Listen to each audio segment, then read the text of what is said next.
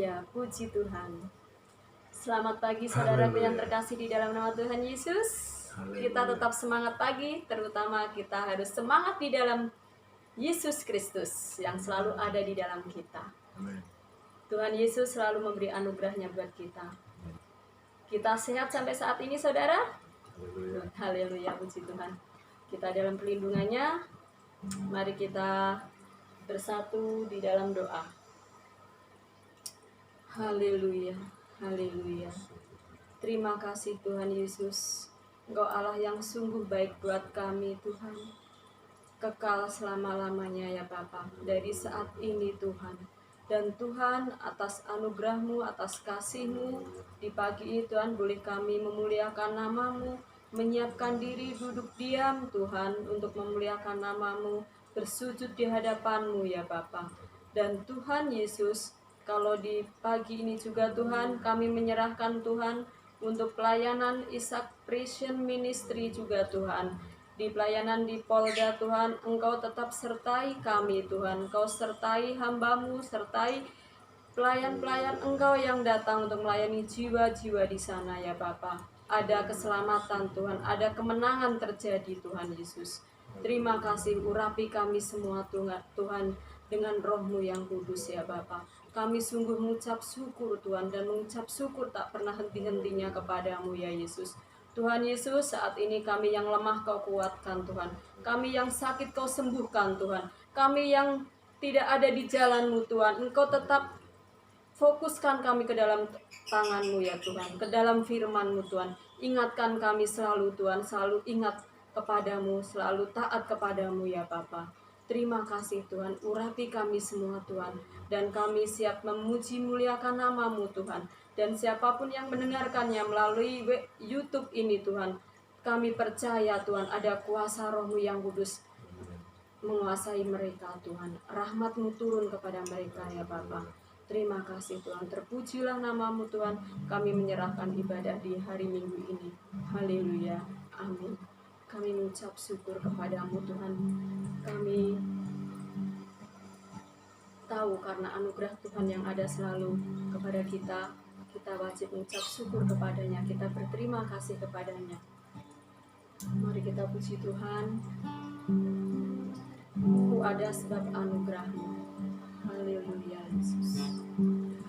Terima kasih, terima kasih. Yesus, Yesus, terima kasih karena anugerah-Mu buat hidupku sekarang. Ku kan memuji-Mu selamanya. Terima kasih Yesus. Ku ada sebab anugerah-Nya, ku ada karena kasih-Mu Tuhan Yesus. Ku berterima kasih buat kasih rahmat-Mu. Ku ada sebab anugerah-Mu, ku ada karena kasih-Mu Tuhan Yesus. Ku berterima kasih buat kasih rahmat-Mu. Terima kasih Yesus, Yesus. Terima kasih karena anugerah-Mu buat hidupku sekarang. Ku kan memuji-Mu selamanya. Terima kasih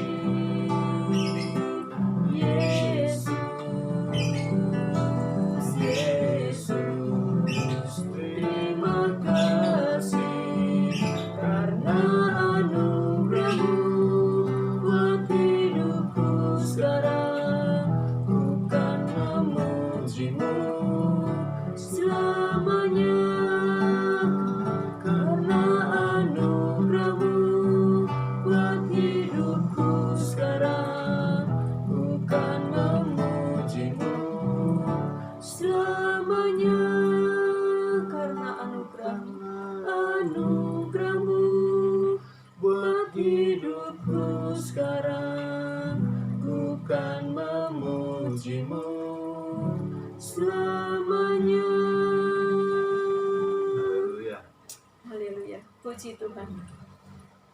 Puji Tuhan. Mari kita puji Tuhan. Kita bertemu dalam kasih-Nya. Haleluya.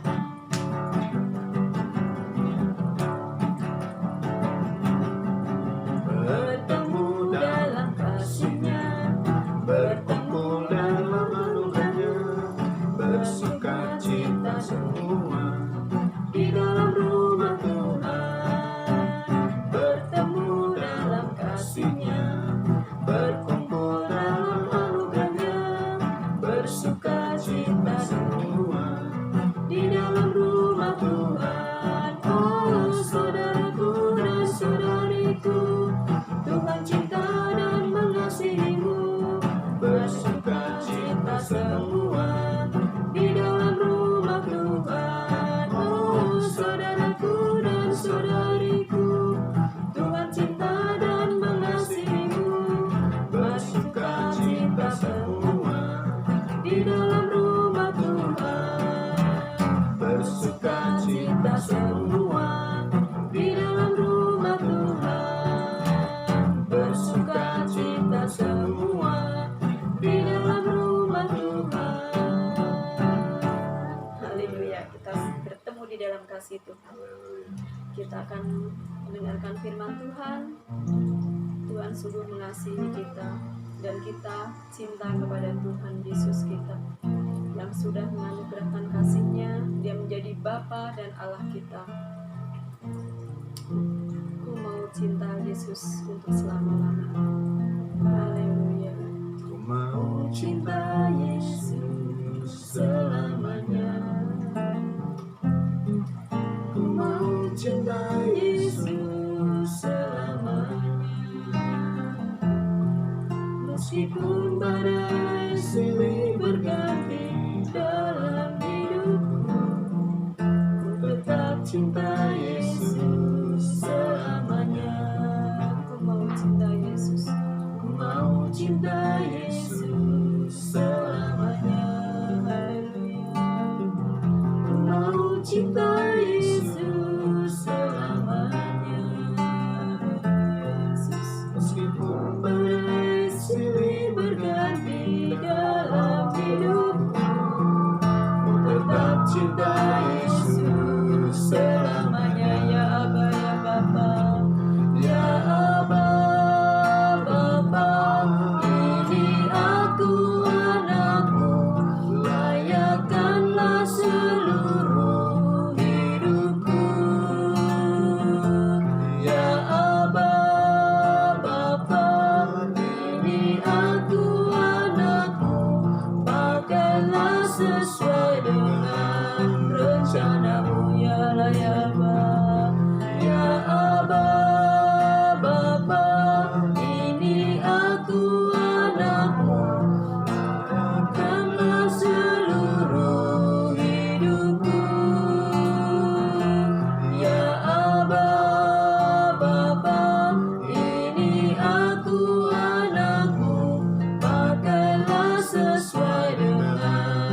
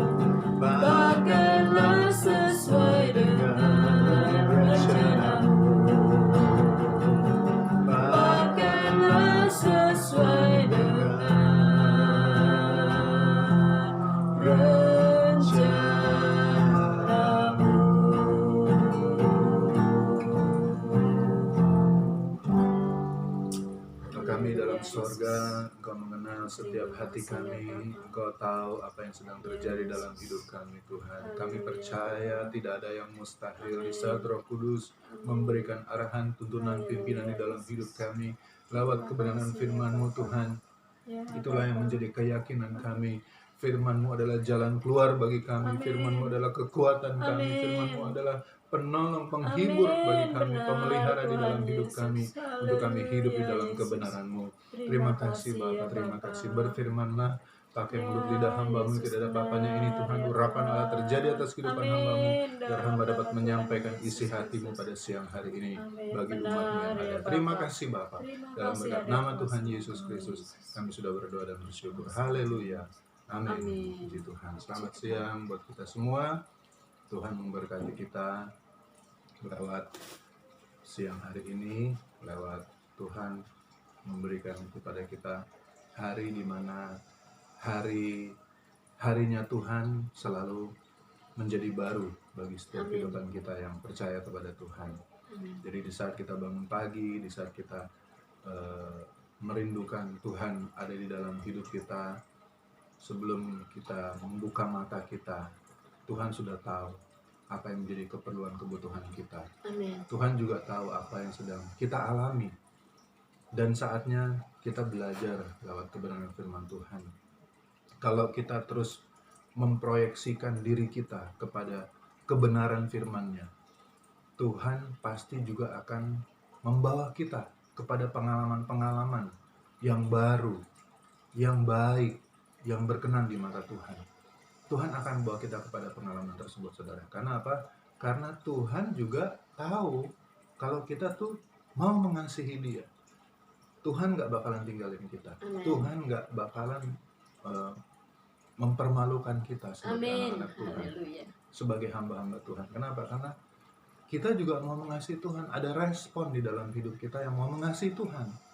Kalau kita katakan kita mau mengasihi Tuhan, udah pasti itu semua terjadi karena beberapa hal yang harus kita lewatin, saudara. Ada banyak, mungkin kita melewatinya dengan sakit hati, kita melewatinya dengan kemarahan, kita melewatinya dengan ada banyak hal-hal kesaksian di dalam kehidupan kita semua. Tapi percayalah, Tuhan tidak pernah meninggalkan kita. Justru Dia memberikan teladan bagi kita semua. Jadi Tuhan, pada siang hari ini kita akan sama-sama melihat firman Tuhan ya, yang saya beri judul Teladan Kristus Mendewasakan Iman. Saudara percaya kalau teladan Kristus adalah yang membawa kita kepada iman, kita percaya kita kepada Tuhan. Lewat teladan Kristus, hidup kita terus diarahkan kepada pribadinya. Lewat teladan Kristus, kita terus dikuatkan. Lewat teladan Kristus kita akan melihat siapa sebenarnya Kristus itu. Di saat kita menjalani semua apa yang menjadi perintah Tuhan, maka teladan Kristus itu yang menjadi hidup di dalam kehidupan iman kita. Iman kita semakin didewasakan, saudara. Kalau iman kita semakin didewasakan, kita akan melihat kebaikan Tuhan dan kemurahan Tuhan di dalam hidup kita.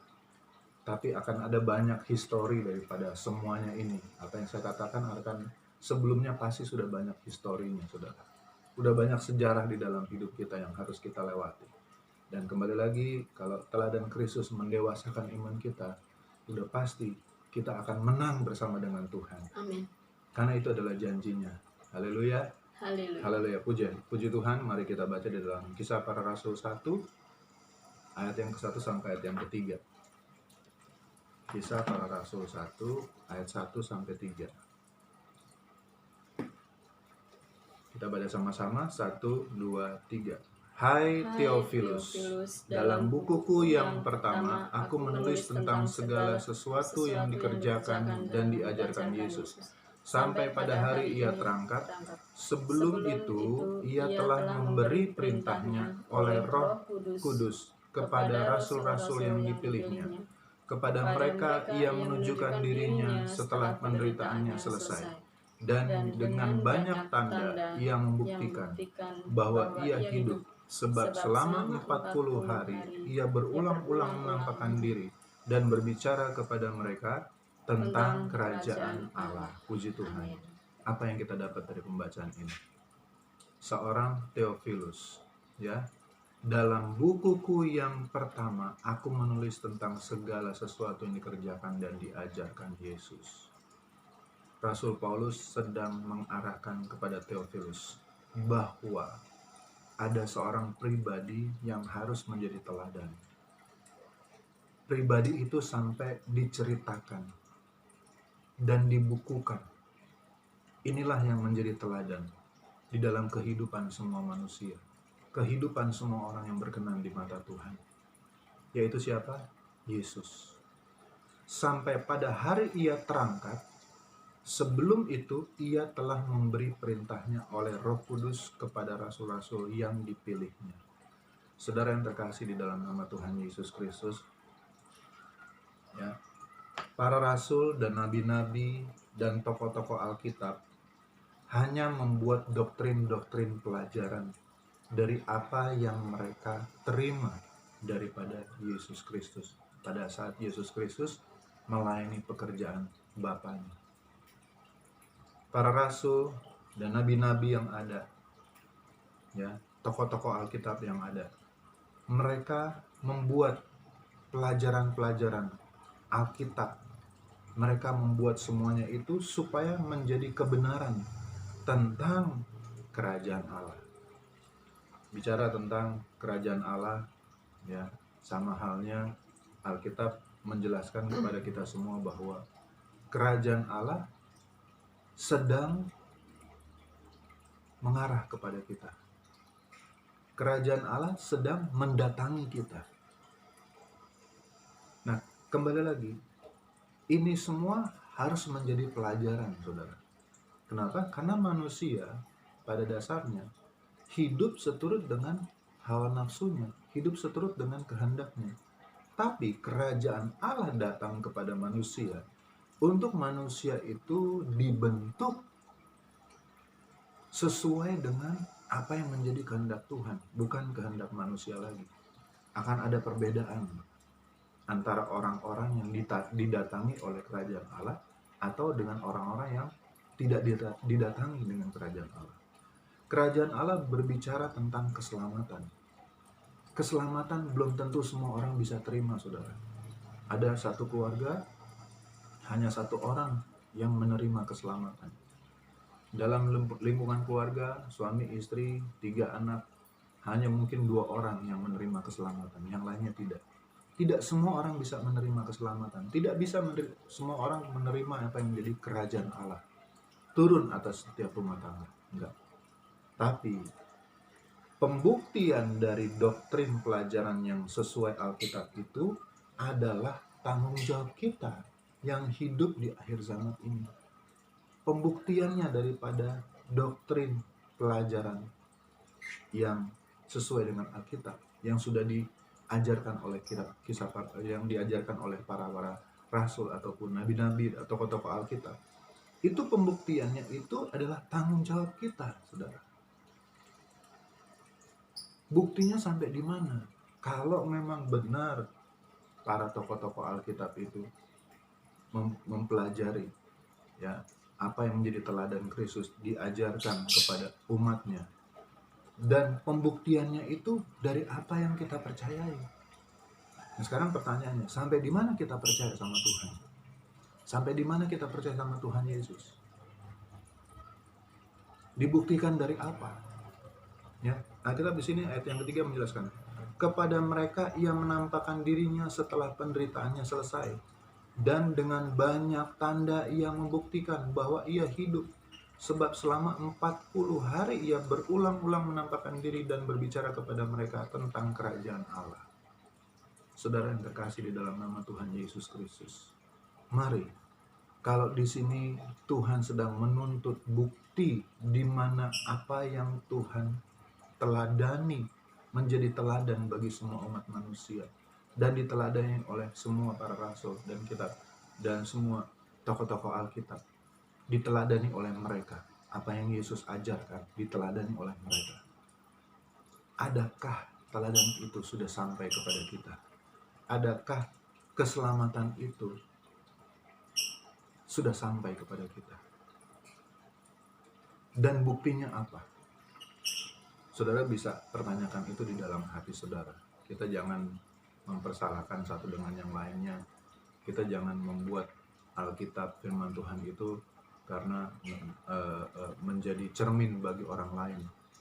Mari, cermini buat diri kita sendiri.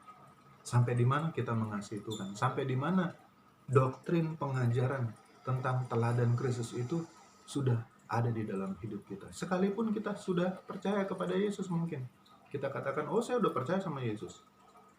Tapi buktinya apa? Bukti daripada teladan Kristus itu apa? Coba kita buka Galatia 2 ayat 19 sampai 20. Galatia 2 ayat 19 sampai 20. Galatia 2 ayat 19 sampai 20.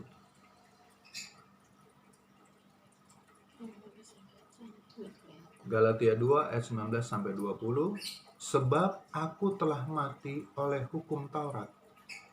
Untuk hukum Taurat, supaya aku hidup untuk Allah. Aku telah disalibkan dengan Kristus. Namun aku hidup, tetapi bukan lagi aku sendiri yang hidup, melainkan Kristus yang hidup di dalam aku. Dan hidupku yang kuhidupi sekarang di dalam daging adalah hidup oleh iman dalam Anak Allah yang telah mengasihi aku dan menyerahkan dirinya untuk aku. Saudara yang terkasih di dalam nama Tuhan Yesus Kristus, jika kita katakan pembuktiannya, mari lihat di dalam hidup kita sebagai anak-anak Tuhan, sebagai hamba Tuhan. Buktinya apa? Kita sudah mati untuk hukum Taurat, supaya hidup untuk Allah. Aku telah disalibkan dengan Kristus. Mau nggak kita menyalibkan daging kita, saudara? Karena ini adalah sebuah pertanyaan klasik, pertanyaan yang dari sejak zaman dulu. Mau nggak kita menyalibkan? Tapi pembuktiannya sampai hari ini masih jelas di telinga kita. Mau nggak kita menyalibkan daging kita? Ada kalanya kita harus merendahkan diri kita. Ada kalanya kita berbicara kebenaran. Di saat orang berbicara kebenaran sama kita, sementara kita mungkin pendeta, hamba Tuhan, apapun jabatan kita, apapun status kita. Tapi ada kalanya mungkin orang, anak kecil berbicara kepada kita. Adakah kita mengaminkan di dalam diri kita? Ini menjadi pertanyaan di dalam diri kita terus sampai saya menyelesaikan semuanya ini. Saudara bertanya di dalam hati saudara sendiri. Saya pun bertanya di dalam hati saya sendiri. Ya, ketika kita diperhadapkan pada ketiga hal, coba kita baca 1 Yohanes 2 ayat 16. Lihat buktinya sampai di mana. 1 Yohanes 2 ayat 16. 1 Yohanes 2 ayat 16.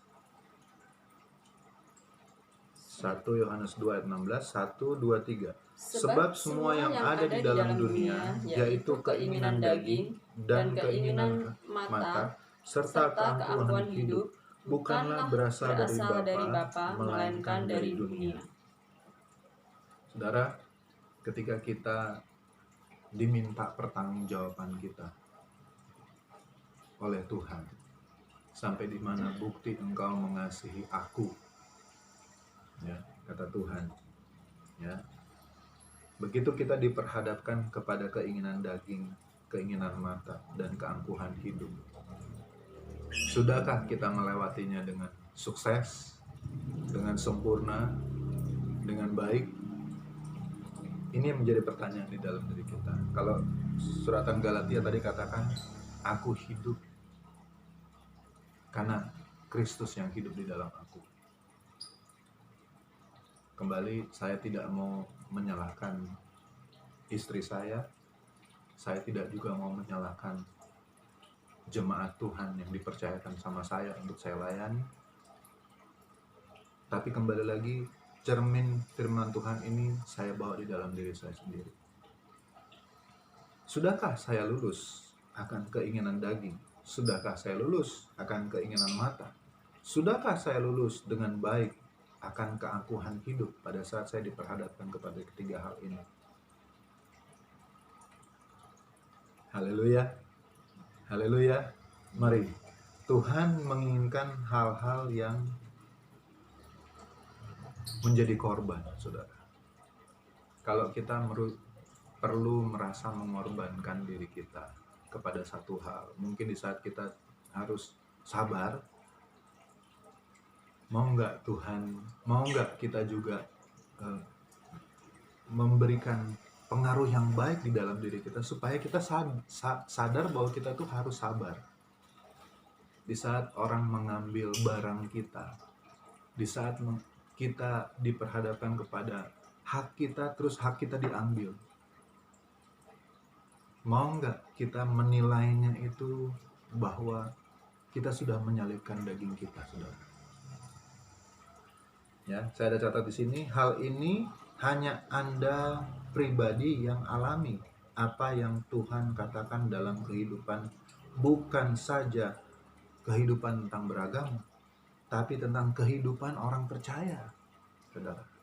Agama boleh dilakukan setiap hari minggu, mungkin saudara ke gereja, tapi untuk melakukan apa yang menjadi pembuktian bahwa kita ini sudah hidup dalam keselamatan, nggak semua orang bisa percaya ini, saudara. Haleluya.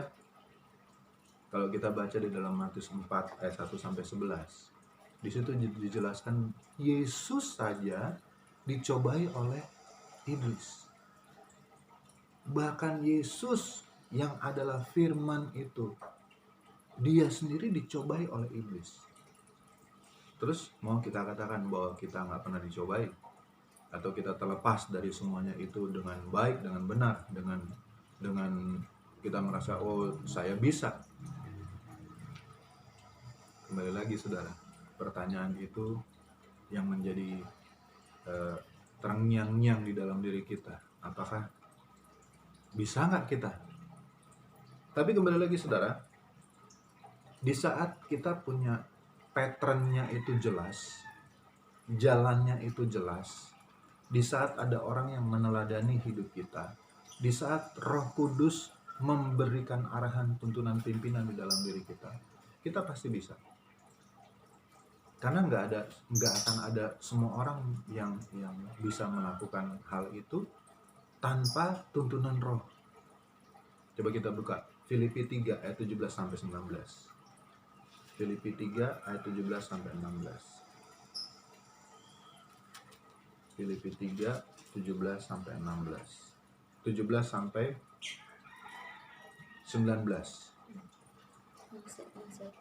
Filipi 3 ayat 17-19.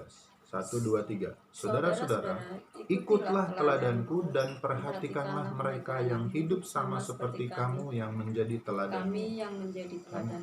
Karena seperti yang telah kerap kali kukatakan kepadamu dan yang kunyatakan pula sekarang sambil menangis, banyak orang yang hidup sebagai seteru salib Kristus. Kesudahan mereka ialah kebinasaan. Tuhan mereka ialah perut mereka. Kemuliaan mereka ialah aib mereka. Pikiran mereka semata-mata tertuju kepada perkara duniawi. Saudara yang terkasih di dalam nama Tuhan Yesus Kristus, Tuhan mau kita hidup mengikuti teladan. Tapi pertanyaannya, kalau teladannya aja udah nggak benar, gimana kita mau hidup di dalam keselamatan? Sekarang kita bisa buktikan sendiri di dalam diri kita. Kita bisa nggak menjadi teladan? Gak usah jauh-jauh di antara hubungan suami dan istri. Bisa nggak kita menjadi teladan? Di antara hubungan kita dengan anak-anak, bisa nggak orang tua menjadi teladan? Di antara hubungan kita bersama-sama berjemaat di dalam gereja, bisa nggak kita menjadi teladan? Apalagi kita bermasyarakat luar, bisa nggak kita menjadi teladan? Sampai di mana teladan itu? Sampai di mana keselamatan yang sudah Tuhan anugerahkan kepada kita itu menjadi teladan di dalam pribadi kita.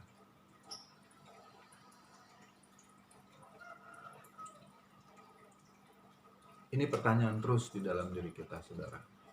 Ya. Sebab untuk itulah kamu dipanggil. Ini Tuhan arahkan kepada kita semua supaya kita itu menjadi orang-orang yang memiliki tanda, saudara. Haleluya. Haleluya. Di saat kita menjadi pelaku firman Tuhan, iblis sudah memberikan tanda kepada kita. Iblis sudah, senapannya iblis, ya, senjatanya iblis itu sudah diarahkan kepada kita. Tapi kembali lagi, mau nggak kita terus kuat di dalam teladan Kristus yang kita ikuti, walaupun kita sendiri, saudara. Mungkin kita merasa kita benar, dan seluruh orang yang ada di rumah kita, mereka menyudutkan kita, bahkan mungkin juga bisa membuli kita, mengata-ngatai kita, ngapain kamu ikut yang seperti itu, ngapain kamu hidup dalam kebenaran, ngapain kamu hidup seperti ini, menyiksa diri sendiri. Tapi kembali lagi, kalau pembuktian tentang keselamatan itu sudah memang kuat di dalam diri kita, sekalipun yang percaya hanya kita sendiri, kembali lagi, saudara, mau nggak kita tetap kuat di dalam Tuhan, sekalipun mungkin nggak ada orang yang ikut kita sama kita? Mau nggak kita tetap meneladani Kristus? Lewat perkataan Kristus lah, maka saya hidup di dalam keselamatan sampai hari ini, hidup di dalam iman sampai hari ini. Lewat perkataan Kristus, lewat teladan Kristus lah, maka saya boleh kuat, saya boleh ada sampai saat ini. Haleluya. Sekalipun kita sendiri, saudara. Karena orang yang merasa dia sudah benar di dalam Tuhan, mengikuti teladan Tuhan, itulah orang-orang yang hidup di dalam damai sejahtera. Ya, Roma pasal yang kelima menyatakan orang yang percaya, orang yang dibenarkan, ya, orang yang dibenarkan itu hidup di dalam damai sejahtera. Dan tidak ada lagi penghukuman, ya, Roma pasal 8 ayat yang ke-1. Jadi orang tersebut adalah orang yang hidup di dalam kebenaran. Nah, pertanyaannya, mau nggak terus kita hidup terus di dalam kebenaran tersebut? Sampai pada akhirnya Tuhan menyatakan seperti ini, Ibrani 5 ayat 12. Ibrani 5 ayat yang ke-12. Kita baca, Ibrani 5 ayat yang ke-12. Ya. Sebab sekalipun kamu ditinjau dari sudut waktu, sudah seharusnya menjadi pengajar. Kamu masih perlu lagi diajarkan asas-asas pokok dari pernyataan Allah. Dan kamu masih memerlukan susu, bukan makanan keras. Nah, sampai di situ, saudara. Ya. Kalau kita katakan kita juga menjadi seorang yang teladan, kita dapat meneladani orang-orang yang ada.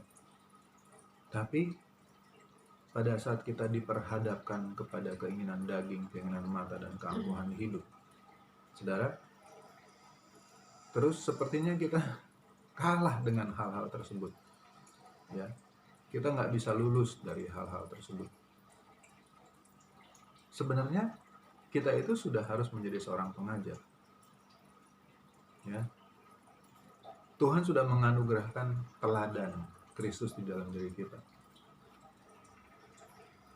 Tapi kembali lagi, ya, di saat kita menghadapinya dengan kegagalan, dengan berbagai tangisan, dengan kelemahan, ya, kamu masih perlu lagi diajar tentang asas-asas pokok dari pernyataan Allah. Kamu masih memerlukan susu, bukan makanan keras. Mari saudara, siang hari ini saya mau berikan semangat buat kita semua bahwa Mengikuti Tuhan dalam teladan Kristus itu adalah aturan daripada Alkitab. Seluruh isi Alkitab diarahkan kepada pertama, pengampunan. Mau nggak kita meneladani hidup kita untuk bisa saling mengampuni satu dengan yang lainnya? Kedua, kelepasan.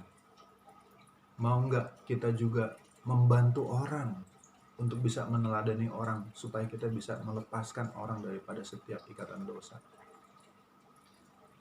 Yang ketiga, mau nggak kita menjadi berkat bagi orang lain? Mau nggak kita mau menjadi garam, menjadi terang bagi orang lain? Nah, kalau ada hal-hal itu di dalam diri kita, kalau itu semua menjadi ada potensi di dalam hidup kita, menjadi seorang yang bisa meneladani orang lain, saudara, saya berani katakan, saudara adalah orang-orang yang diberkati Tuhan. Saudara adalah orang-orang yang dikasihi Tuhan.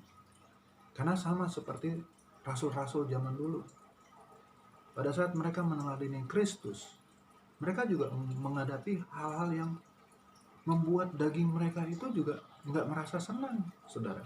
Bahkan Rasul Paulus harus menghadapi penjara. Nggak enak. Tapi mau nggak kita tetap berjalan dalam iman? Nah, ini yang harus menjadi bagian di dalam kehidupan kita sebagai orang percaya, saudara.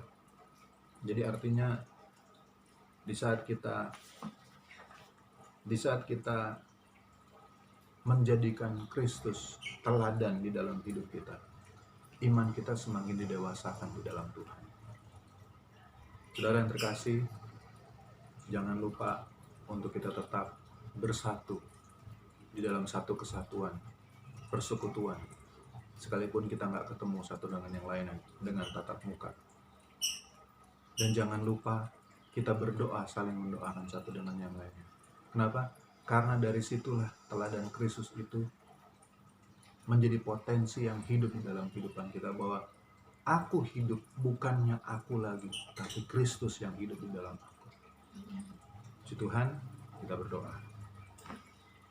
Bapa kami dalam sorga, terima kasih buat siang hari ini. Kami percaya Tuhan, tidak ada yang mustahil. Roh Kudus akan memampukan kami menjadi seorang yang menjadi berkat bagi orang lain, menjadi seorang yang hidup di dalam kebenaran dan menjadi teladan Kristus di dalam kehidupan kami semua, bagi orang lain, bagi rumah tangga, bagi teman-teman kami di kantor, teman-teman kami di pendidikan kami, dimanapun bermasyarakat kami Tuhan, di tetangga-tetangga kami Tuhan. Kami percaya di saat Roh Kudus memampukan kami menjadi teladan Tuhan, Tuhan juga yang akan menguatkan kami di dalam mendewasakan iman percaya kami kepadamu.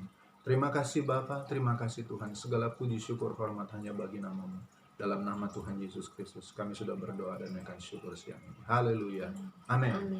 Tuhan Yesus memberkati. Selamat hari Minggu dan tetap setia di dalam pengiringan kepada Tuhan.